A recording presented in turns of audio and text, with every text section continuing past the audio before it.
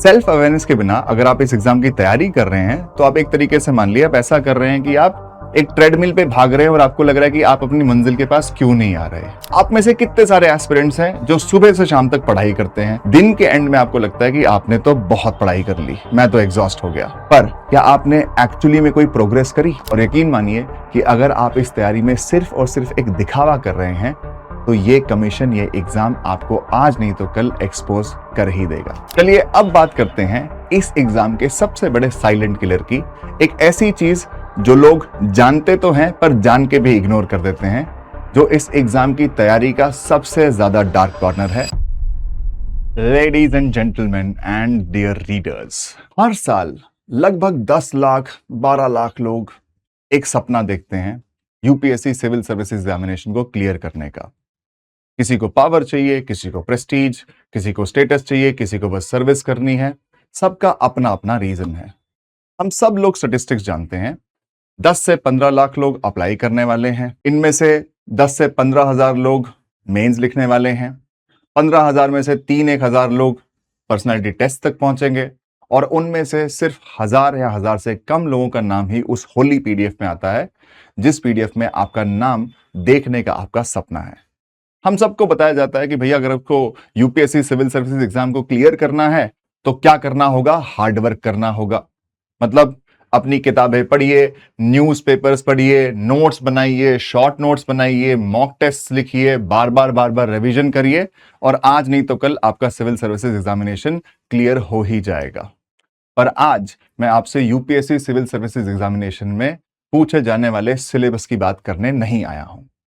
मैं आज उस सब्जेक्ट की बात करने आया हूं जो यूपीएससी के सिलेबस में फॉर्मली तो इंक्लूडेड नहीं है, पर यूपीएससी हर दिन इस चीज को टेस्ट करता है। सब्जेक्ट का नाम है सेल्फ अवेयरनेस। सेल्फ अवेयरनेस का मतलब खुद की समझ।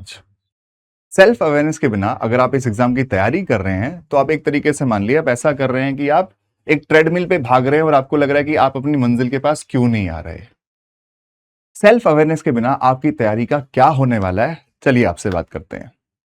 पहली चीज, बात करते हैं पढ़ाई करने के तरीके से।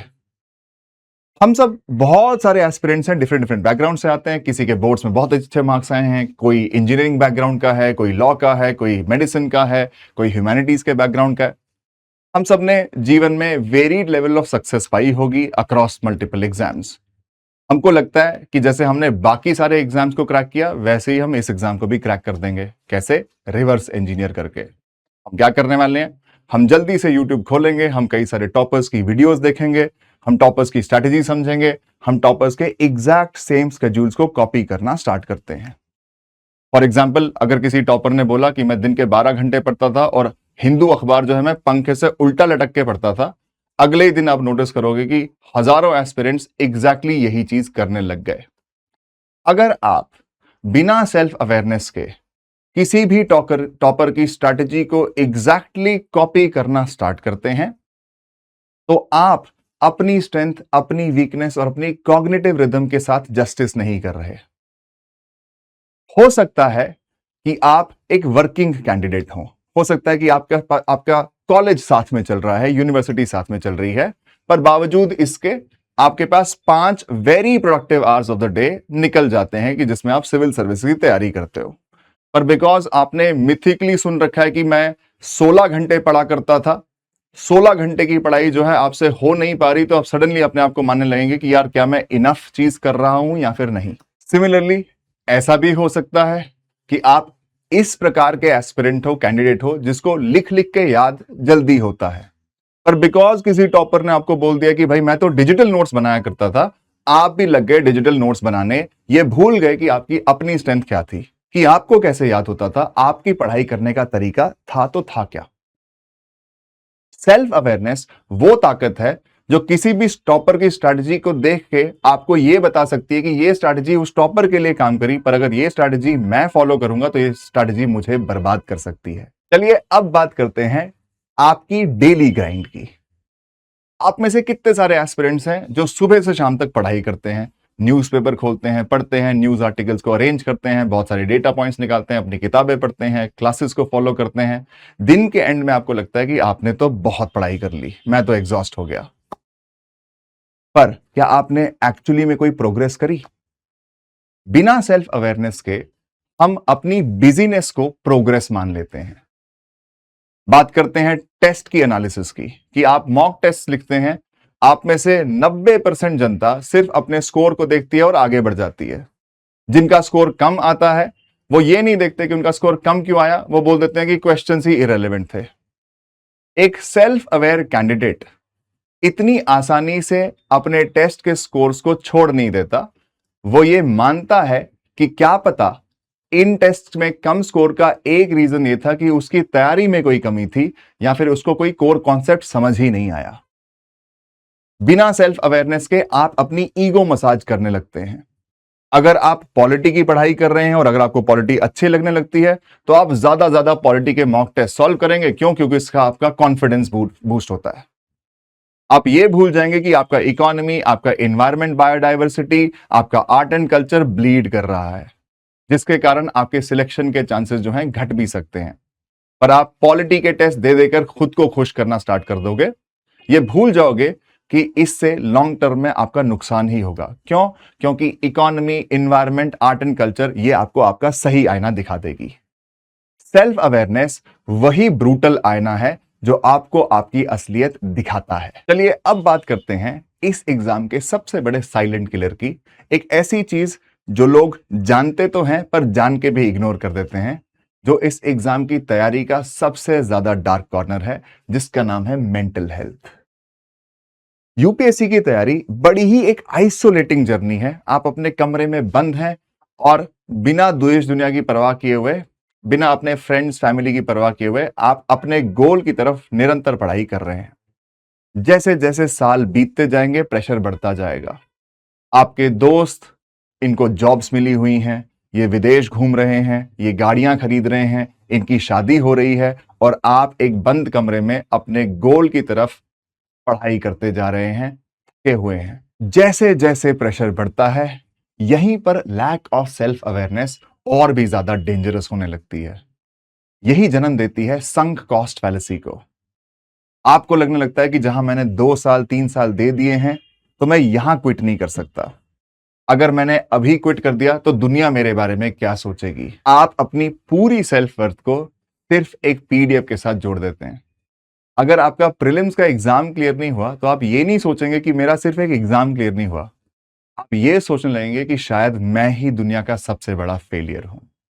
यहां से जड़ करती है आपके दिमाग में डिप्रेशन और एंजाइटी, जो कि इस एग्जाम का सबसे बड़ा साइलेंट किलर है। आप डिप्रेस स्टेट में, आपकी आंखें किताबें पढ़ तो रही हैं, आप शब्द देख तो पा रहे हो, पर आपको समझ कुछ नहीं आ रहा।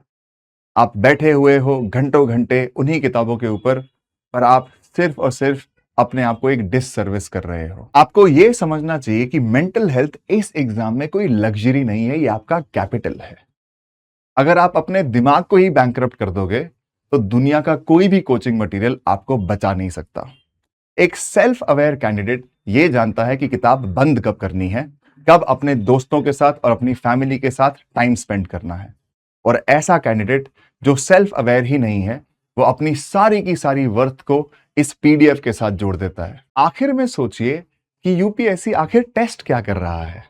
हाँ, यूपीएससी को, कमीशन को वो ऑफिसर्स जरूर चाहिए जिनकी इकोनॉमी की समझ अच्छी हो, हिस्ट्री की समझ अच्छी हो, पॉलिटी की समझ अच्छी हो, ज्योग्राफी की समझ अच्छी हो, इंटरनेशनल रिलेशंस की समझ अच्छी हो। पर कमीशन को सबसे पहले चाहिए वो ऑफिसर जो प्रेशर में टूटे ना। किसी भी प्रकार की क्राइसिस हो, ये ऑफिसर बिना अपने बायसेस को सामने लाए हुए इस सिचुएशन को ढंग से कामली डील कर सके। इस प्रकार का ऑफिसर कमीशन को चाहिए। आप कैसे एडमिनिस्ट्रेटर बनेंगे अगर आप अपने ही दिमाग को खुद से एडमिनिस्टर नहीं कर पा रहे? ये तो कभी सोचिए। सेल्फ अवेयरनेस किसी भी टेक्स्ट बुक में नहीं मिलती। सेल्फ अवेयरनेस डेवलप होती है साइलेंस में, अकेलेपन में। ये उन पलों में डेवलप होती है जब सोने से पहले आप आंख बंद करते हैं और आप सोचते हैं, क्या आज के दिन मैंने अपना 100% दिया या मैं सिर्फ दिखावा कर रहा था। और यकीन मानिए कि अगर आप इस तैयारी में सिर्फ और सिर्फ एक दिखावा कर रहे हैं तो ये कमीशन, ये एग्जाम आपको आज नहीं तो कल एक्सपोज कर ही देगा। तो आज जब आप वापस अपने डेस्क पे जाएंगे, जब आप पढ़ाई करना स्टार्ट करेंगे, तो मेरी एक रिक्वेस्ट है, आप एक बारी आंखें बंद करिए और आप अपने आप को इवैल्यूएट करिए, आप अपनी स्ट्रेंथ्स को जानिए, अपनी वीकनेसेस को जानिए, उसके बाद ही इस एग्जाम की तैयारी ढंग से करिए। I would request you to be ruthless with your weaknesses, never hide. कभी भी अपनी वीकनेसेस से भागिए मत, उनको फेस करिए, उनका सामना करिए, but be equally compassionate with your mental health being, because mental well being is your golden capital. Now last thing that I can say is that you should remember that you are way more than this exam. आपकी self worth इस exam से कहीं ज्यादा है।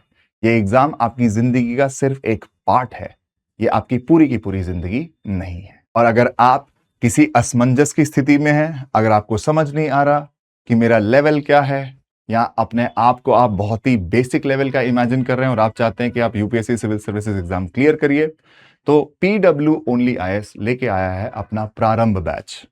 ये एक 3 साल का प्रोग्राम है जो कि हिंदी, इंग्लिश और इंग्लिश तीनों मीडियम्स में अवेलेबल है।